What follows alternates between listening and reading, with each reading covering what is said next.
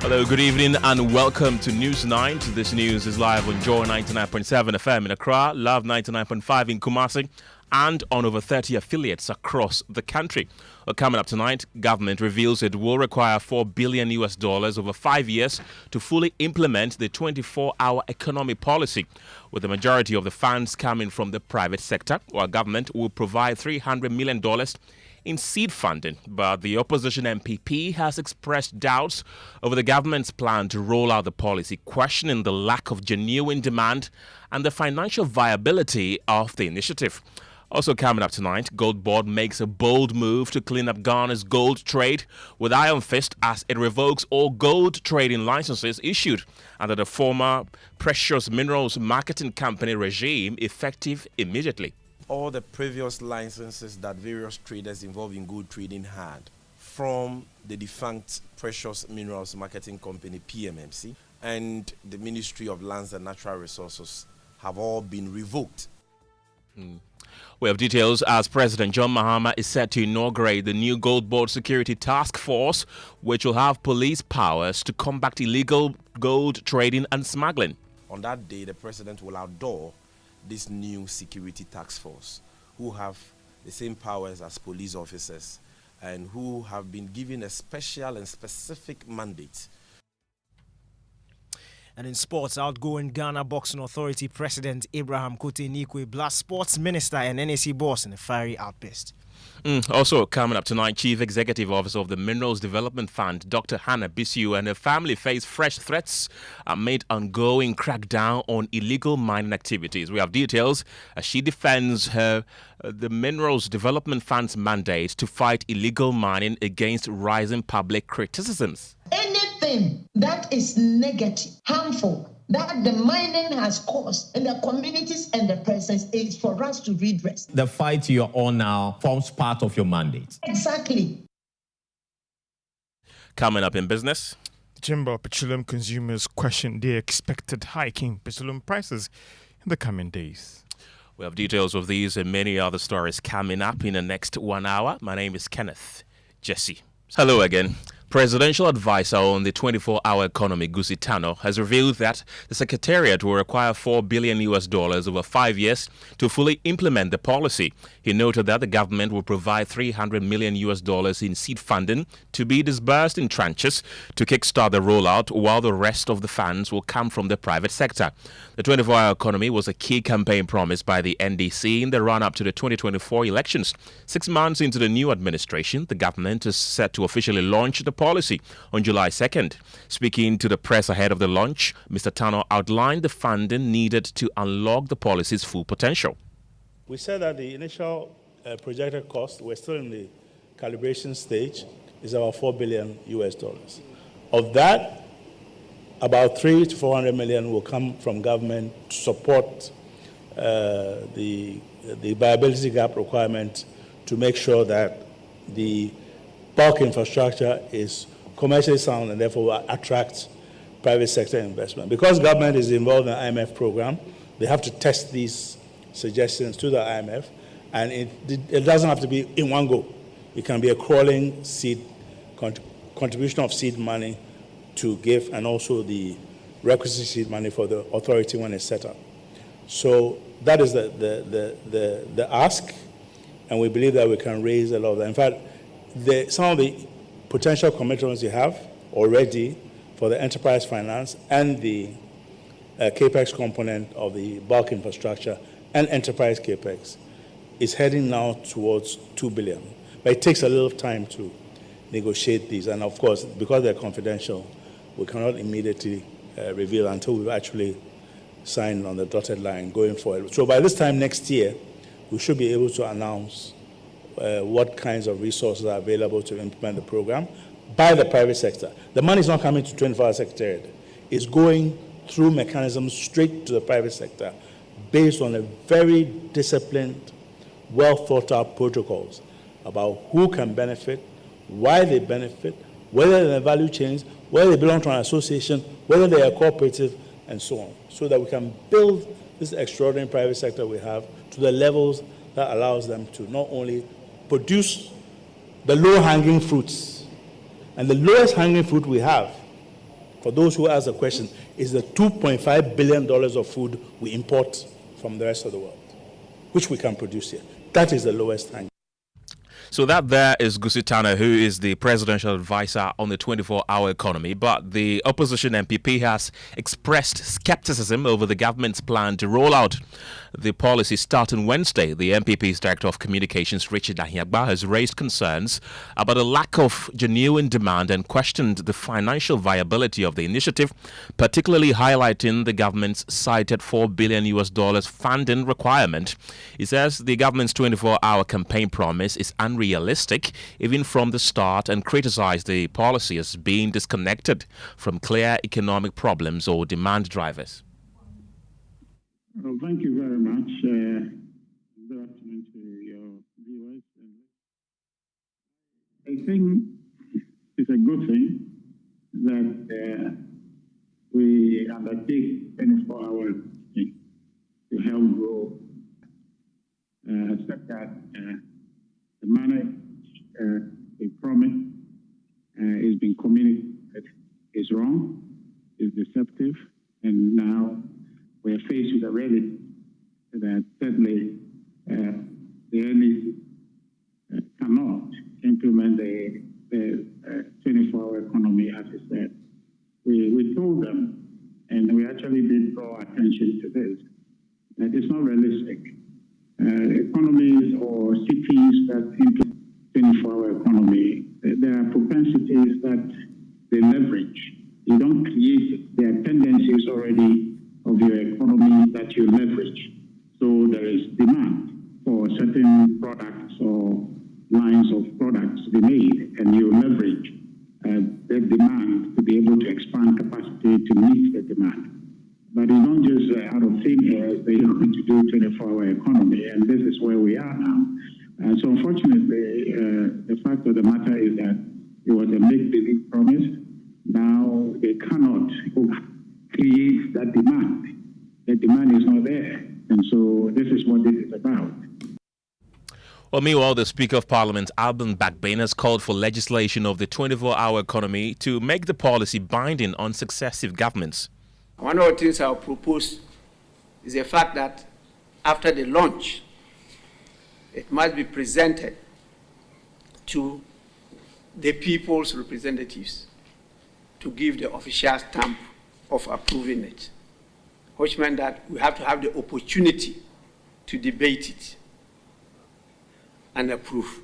Then you get the buy-in of all the organs of government, but you give legitimacy by saying that, yes, the people that will represent agree that this program will work to their benefit with our approval. Right, let's go on to the telephone lines and speak to the ranking member on the Economy and Development Committee of Parliament, Kujo Opon Nkrumah. Thank you very much for your time this evening. The MPP has continually opposed to this policy. Finally, it's been rolled out on Wednesday, but the party still insists that even after government quoted the amount that's going to be needed to run it over a 5-year period, you say that it's not really feasible. Tell us more. That is not feasible. Good evening. Good evening. Yes, who's saying it's not feasible? Your Director of Communications, Richard Ayagba, I want to believe that you were listening when we were playing the sound. Well, no, I didn't hear him. I'm the ranking member on the Committee of the Economy. I don't think that we have said anywhere that it is not feasible. The minority operating in Parliament has not said that it is not feasible. Remember that the first thing we asked for is that we wanted to get a copy of the policy document. We are informed that the government will launch it on the 2nd. When it is launched, myself and my colleagues on the committee will be seized with the document and will have an opportunity to explore it and have an understanding what it entails. We noticed that a copy has been given to the Speaker of Parliament. I think today a media briefing took place. I'm happy that Mr. Speaker is saying that a formal copy has been made available so that we can read it and even assist with some views that we may have, on how a project like this can work. Remember that when the people vote for a government proposal, it becomes a social contract between the government and the people. So it is fair to say right now that this is what the people of Ghana have signed up to. The government now will deliver the details, and then all of us will have an opportunity to interrogate it. Even before that, Kujo, the government has laid down, what we are to expect. They say that they're going to get a seed fund of $300 million, which is going to come in tranches, and then ultimately we will be needing about $4 billion, majority of which are going to come from the private sector to effectively run this 24-hour economy. Good news? Well, it will be important to see the breakdown of this $4 billion and understand what the critical elements are, and therefore what 300 million can deliver. That is when you can contextualize and say that this 300 million is going to really kickstart it, or is going to be a drop in the ocean if you have a sense of the breakdown of the 4 billion. Secondly, you are mentioning that this 300 million is in tranches.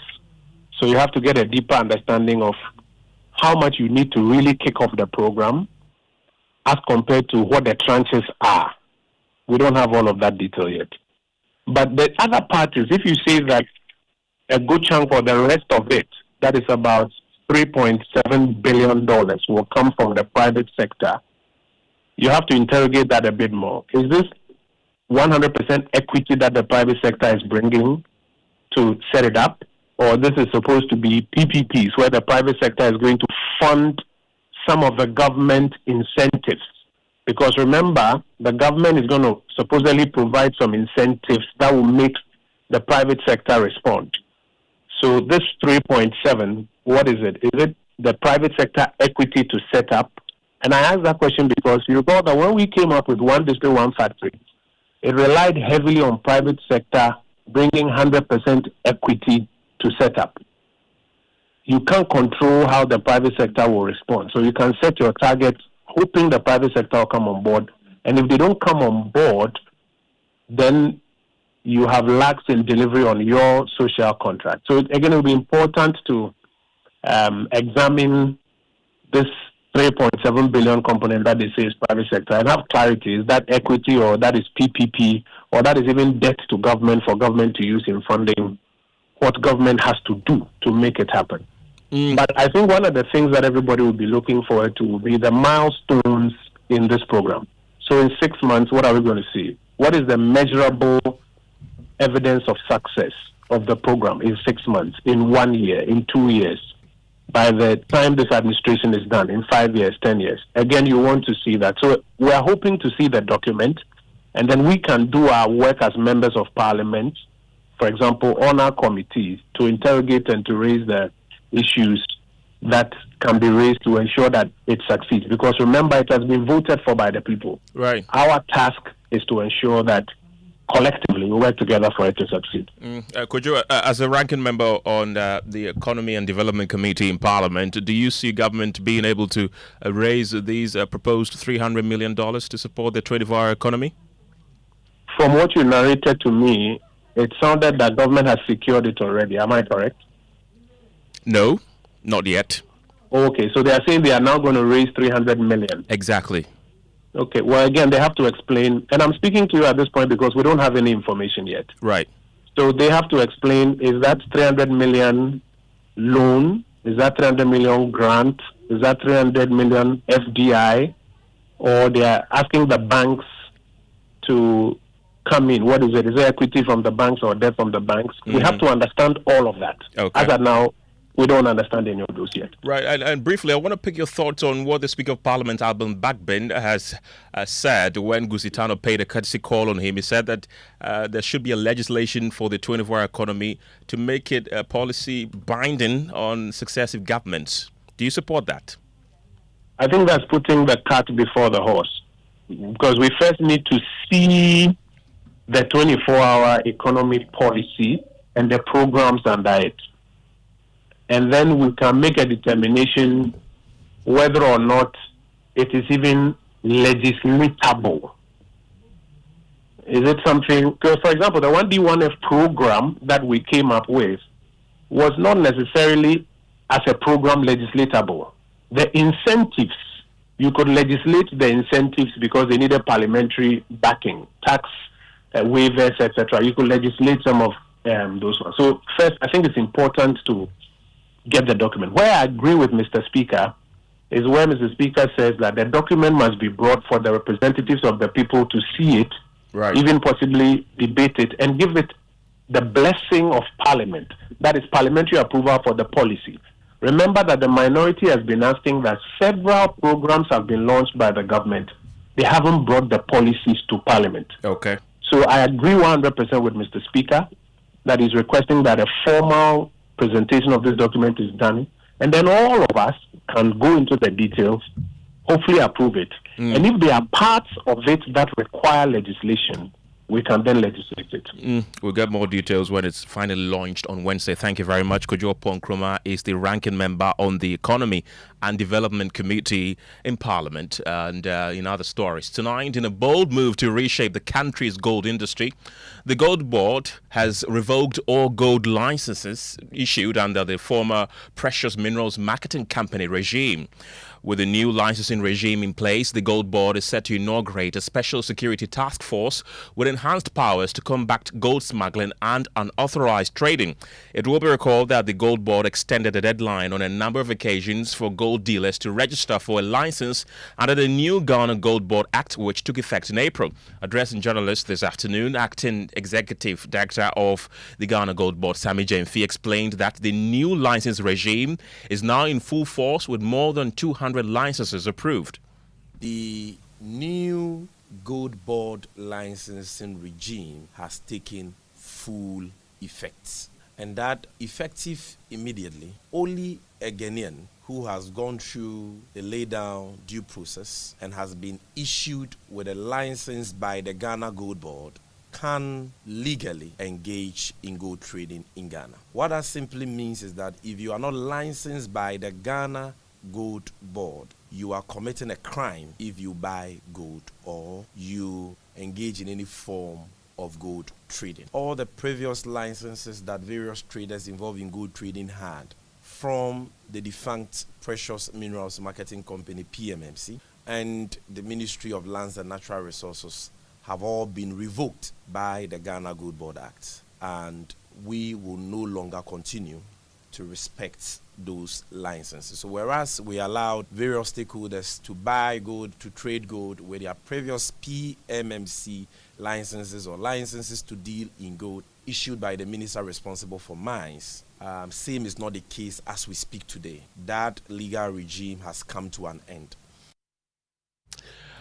My colleague Kweku Asante was at the news conference and joins us with more details on the telephone lines. Kweku, we're now told that the president is set to inaugurate a new task force which will have police powers to check illegal gold trading and smuggling. Tell us more. Well, yes, this will be known as the GoldBod Task Force. This body will have the full powers of the police, and they will be able to conduct searches under warrant and be able to go into places where they suspect illegal gold trading and smuggling is being done and confiscate some of these properties. The president, we understand from Sammy Jemfi, will inaugurate this task force next week, that is July 8th. Listen to Sammy Jemfi give the modalities for this task force. Those who are hell-bent on trading illegally without a license, we are serving notice that we are coming after you. On the 8th of July, His Excellency the President, on whose vision the Gold Board has been established, will commission a very important unit of the Ghana Gold Board.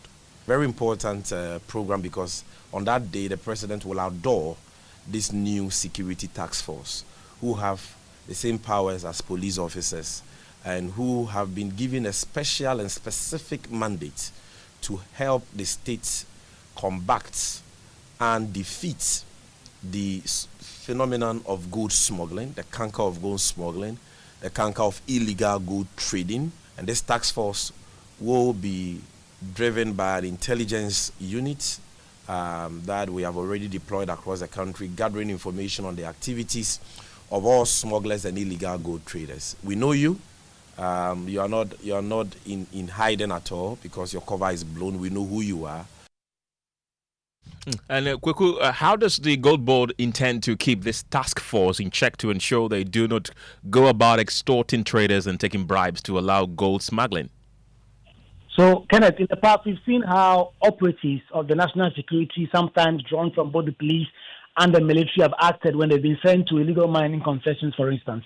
In a bid to reduce the occurrences of extortion and other underhand dealings, GoldBod Task Force members will be affixed with a camera which is going to record everything they do. Samidemfi explains that they've really put in place the measures that will ensure that this task force goes out there and does its job in an accountable and a transparent manner.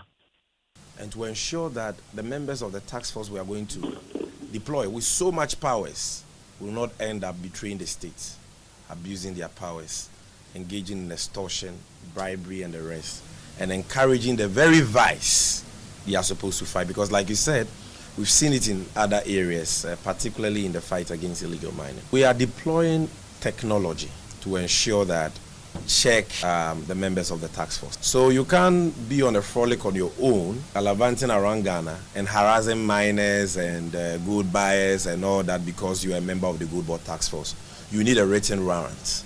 And if a member of the GoldBod Task Force or a GoldBod inspector comes to you without a written warrant signed by the Chief Executive Officer, you must report him to be sanctioned. Again, the officers that we are deploying at all material times when they are embarking on field operations must wear their bulletproof vest, which will have fixed on them body cams. Their vehicles, which we are procuring, also has trackers, GPS trackers. And we have a command center. We will have a command center at our head office to monitor their operations, meaning that everywhere the GoldBod Task Force will be at any material time, we will know sitting here in Accra. Kweku, the Gold Board is departing from the government policy of deporting foreigners involved in certain crimes for illegal gold trading and smuggling. Offending foreigners are said to be prosecuted, we understand? Yes, Kenneth, you will recall that the Interior Minister announced a couple of weeks back that the government policy now is that if foreigners engaged in certain crimes, including internet fraud and engagement in illegal mining, among others, the policy is to deport them and not to prosecute them. It appears GoldBod is clear to depart from that. They say that foreigners who are not allowed under the Act to trade in gold locally, engage in such activities, or try to smuggle gold, they will be arrested and they will be dealt with in terms of the full force of Ghanaian law. Here, they will not be deported. Because foreigners are not allowed to engage in gold trading anymore. I think that has become a broken record. Everybody knows that. Most of the foreigners have complied with the law and have left. Others are still hiding in their rooms in Kumasi and Obuasi and other places. And we have picked intelligence on them. And in the coming weeks, you see us raiding most of their hideouts and arresting them and seizing their gold and so on. And this time around, we are not going to deport any foreigner. We are going to make sure that we prosecute the matters to the very end. Because if Ghanaians will be prosecuted, then the situation cannot be different for foreigners who brazenly oppose the law. Well, you're still listening to Newsnight on Joy 99.7 FM in Accra and our affiliates across the country. You can be a part of the conversation. Send us a WhatsApp on 055-11-11997. Let's bring you more stories tonight. As the Chief Executive Officer of the Minerals Development Fund, Dr. Hannah Bisu, has revealed fresh social media threats against her and her husband amid ongoing crackdown on illegal mining by the fund. Dr. Bisu has, in the last few weeks, led a series of operations to clamp down on Galamsey forest reserves, especially in the Ashanti region. Well, you will recall her recap of a harrowing encounter with armed illegal miners who held her team hostage for hours at Bui Subinso 3 weeks ago in a latest engagement with the media during a community engagement at the Atatem in the Adansi Asokwa district of the Ashanti region. Well, she revealed that some unknown persons have begun splashing her photos, those of her husband, on social media with threats. Nana Yojima has more.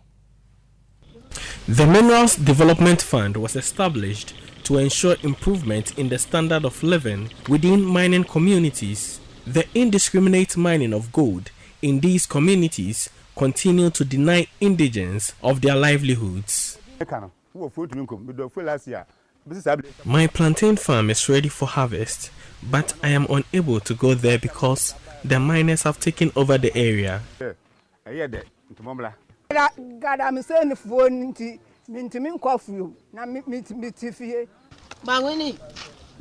spoil water. You're supposed to be. Dr. Hannah Bisu, after assuming her new role as administrator of the Minerals Development Fund, has taken up a fight in the interest of the mining communities. For this reason, Dr. Hannah Bisu has received threats from beneficiaries of illegal mining. I've taken that thing as normal. I've taken it like normal dose. I've taken it like normal dose. People go on internet and put the pictures of my husband, and they send them to my inbox and send all kind of messages. The only thing I always say that, you see, it's only a coward who threatens. Period. But the administrator is unfazed by the threats, partnering an operation to rescue the Atetem Basic School from being destroyed by illegal miners. But if you threaten me for a good cause and I sit back, then I'll stop being a patriot. And I always say this. I grew up in Cuba, and they say patria muerte venceremos. Is the motherland or death we win hasta la última gota de sangre, to the last drop of blood. And the Cuban will tell you that primero hundirnos que render nuestro país. You should first sink Cuba as an island before they give up their country. So this is our country. This is what to know. We've seen schools, we've seen children. Some of these villages are hanging.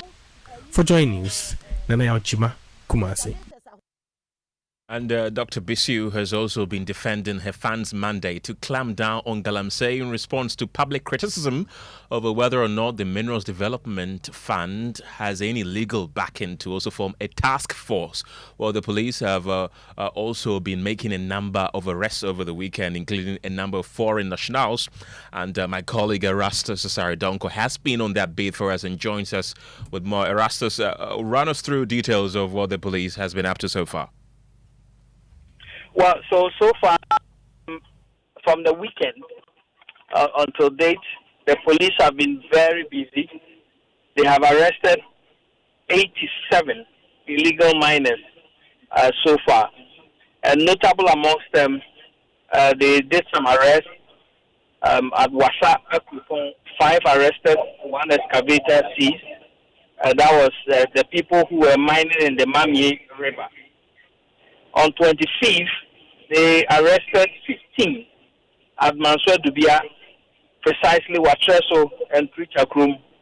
On 24th, they arrested 12 people at Adamaso in the Western Central region who were mining close to a public road. And on 18th June, they arrested 44 people who were mining in the Ankobra, and over 100 champagne machines were destroyed in Tapa as well. On 23rd, they arrested 3 people mining close to the Dominance town, in Asankagwa, Wasa, Dominance in the Western Central region. So they have been very busy all across the Western Central, Ashanti region, and parts of the Eastern region.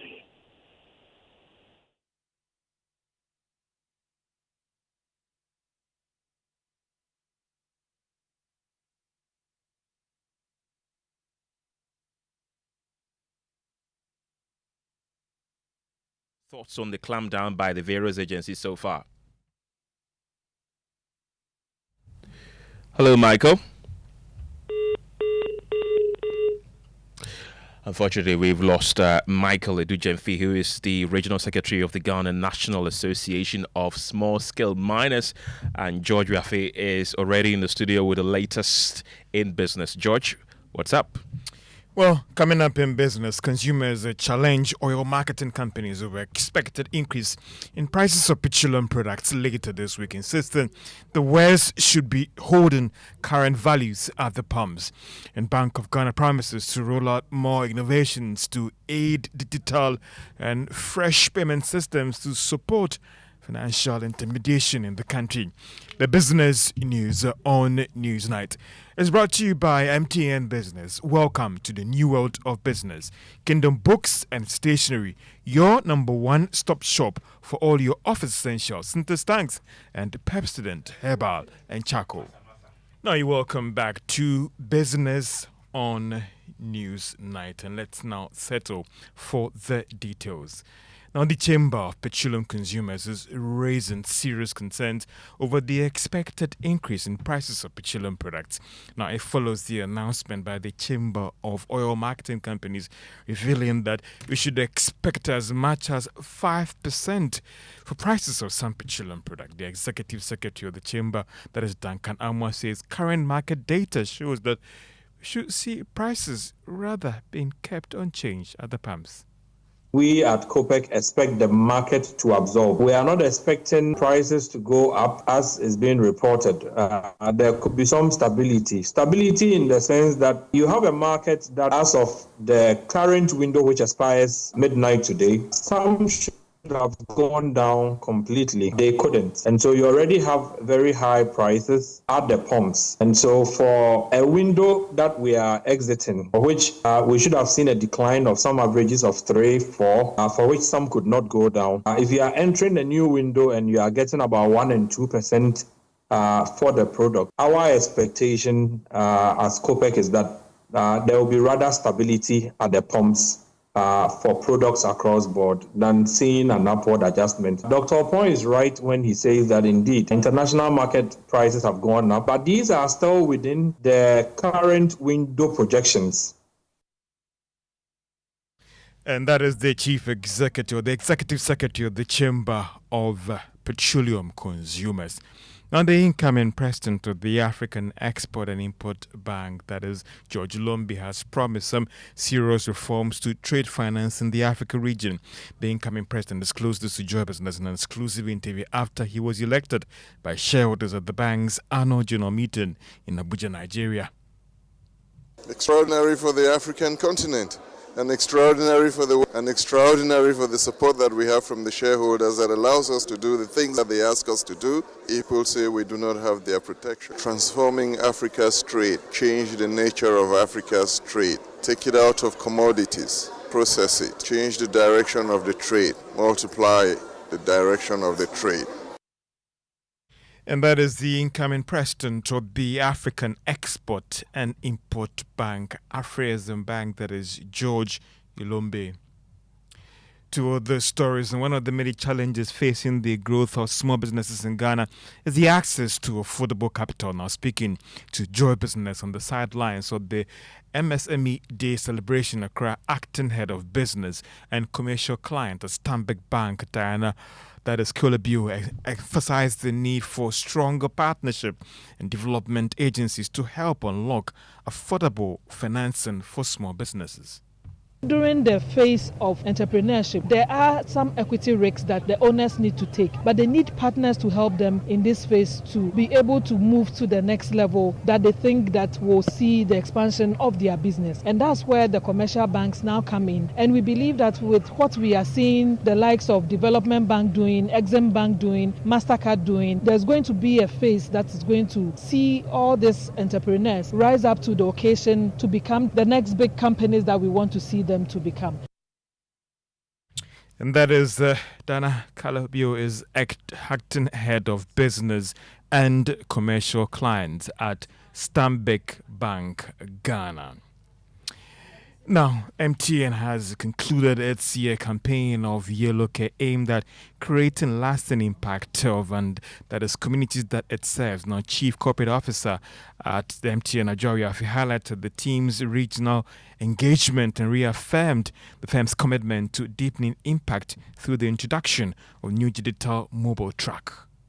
We partnered with a number of organizations to be able to go across the country to train the youth in digital skills, in mobile phone repair, just things that could give them an immediate livelihood. We also went to Togome. In Togome, the main source of livelihood is pottery making. And we wanted to change the face of the pottery making by making it more modern and also introducing them to new ways of marketing and, supporting them to look beyond their immediate environs and into bigger markets. We go to a certain place, we stay there for a while.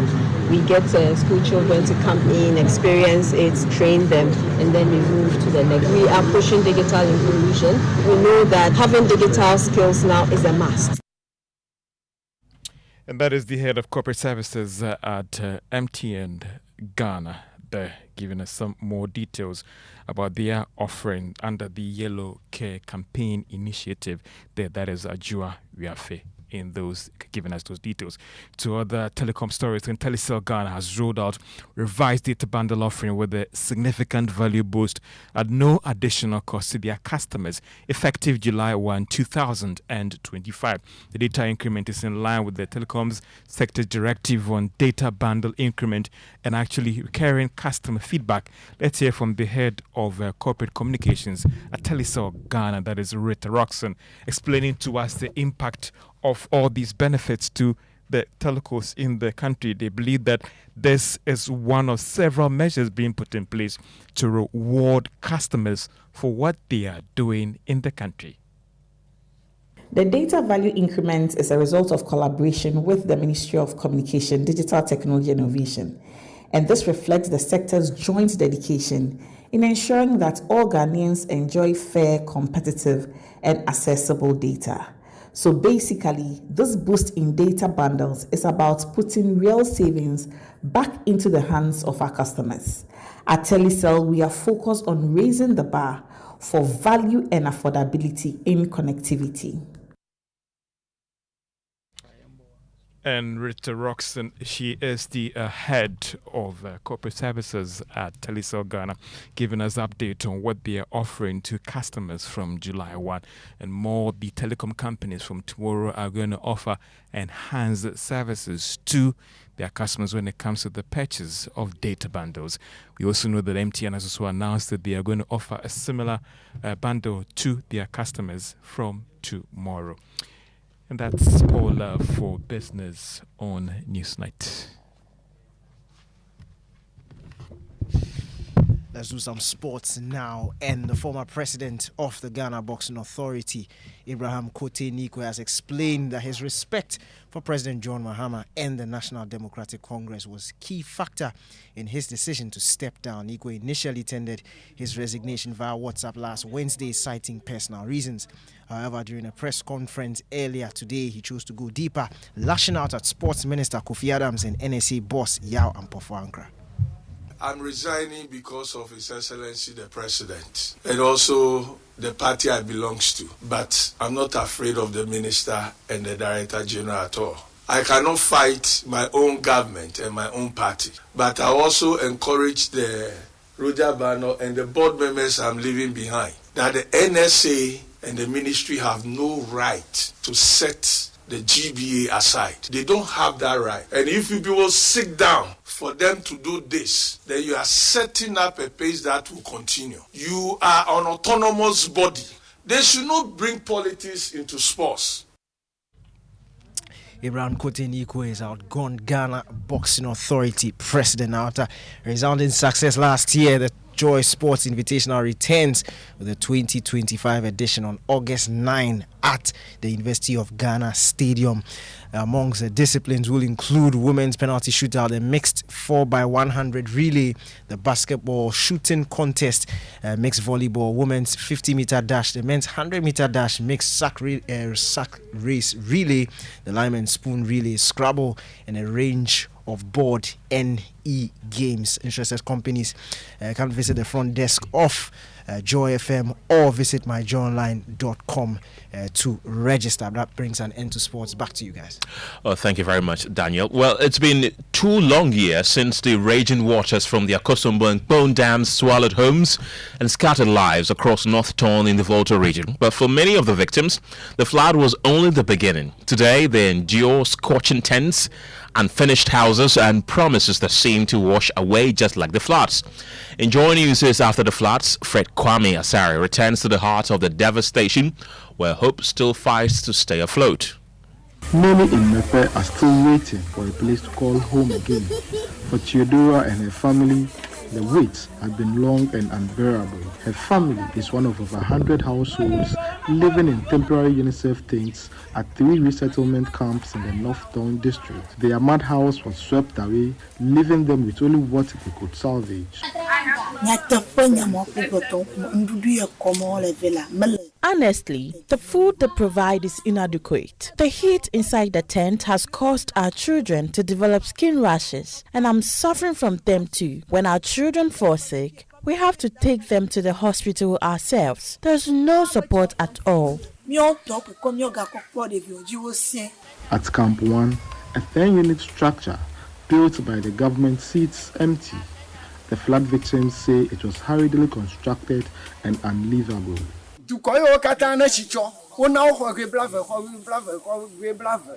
They gave all other flood-affected communities a 20-room unit structure.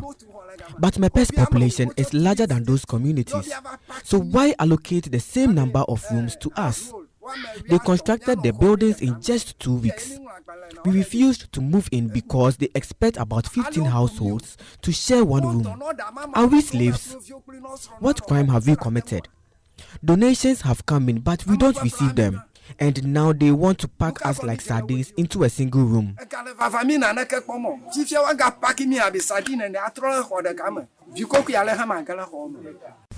The government's resettlement project remains incomplete, but concerns are growing over the cost and quality of the new housing units.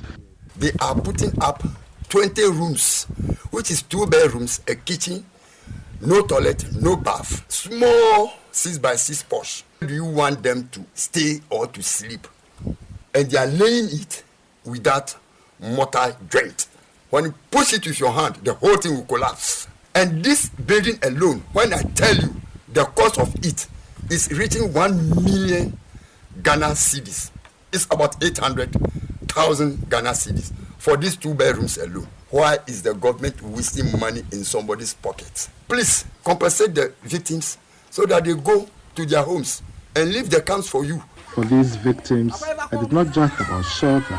It is about dignity, security, and a chance to rebuild their lives. They are not asking for much, just a home that is safe, decent, and truly theirs. They should give us the money to build our own houses. We won't accept the idea of 11 people sharing one room. We don't understand why government to spend 800,000 Ghana cedis on building those shelters. They should give us the money so we can build our own houses. We will buy land on higher ground and put up something ourselves. Over 1 year after the floods, they are still waiting, but for how much longer? From Mepe in the North Town district of the Volta region, my name is Fred Kwame Asare for JoyNews. And the glow of the spotlight may have dimmed, but for some finalists honored at the 2025 JoyNews Impact Makers Awards, the real impact is only just beginning. Let's hear from some of the award winners.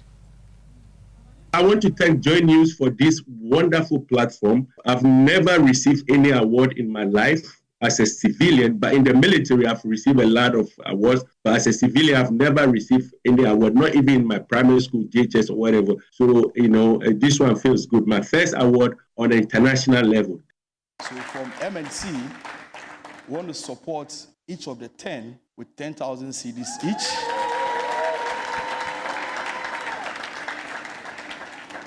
And it's not much, but looking at what they are doing, think I want to employ each and every corporate person to give back. If we all give back to society like this in our own small way, I believe it will lessen the burden of government. Thank you. Since last year, I've been working with Global Share Alliance to get some share seedlings to plant in my community because I do advocacy on tree planting as well because I try to discourage them not to cut the tree. So I was trying to get 1,000 seedlings from Global Share Alliance to plant as a way of going beyond the advocacy. And as we speak, Global Share Alliance, they have promised to even increase the 1,000 to 3,000 just after the award.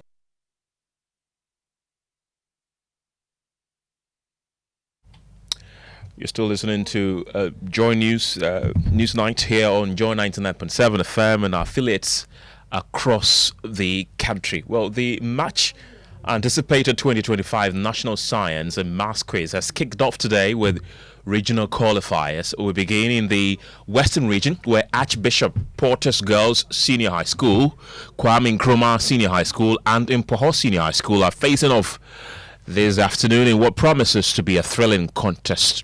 And my colleague Adobia Asare and Collins from Pont are on the beat for us. But let's start with Adobia. Adobia, welcome to the show. What more can you tell us? Well, Archbishop Porter won in the first contest of the first day in the Western Regional Qualifiers of the 2025 National Science and Maths. We're in the league right from the first round to the fourth round. They won with 73 points. And then Amenfi Senior High School, Senior High School, and Sakwa Senior High School also emerged winners in the subsequent contest. Now, we have two schools who didn't win, but they still made it to the national championship because they made the 40-point mark. Those are Ahantaman Girls Senior High School and Fitai. What are we to expect tomorrow? What contests are available tomorrow?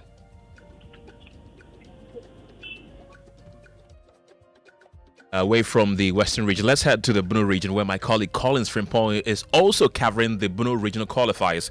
Collins, what has been happening in the Bunu region?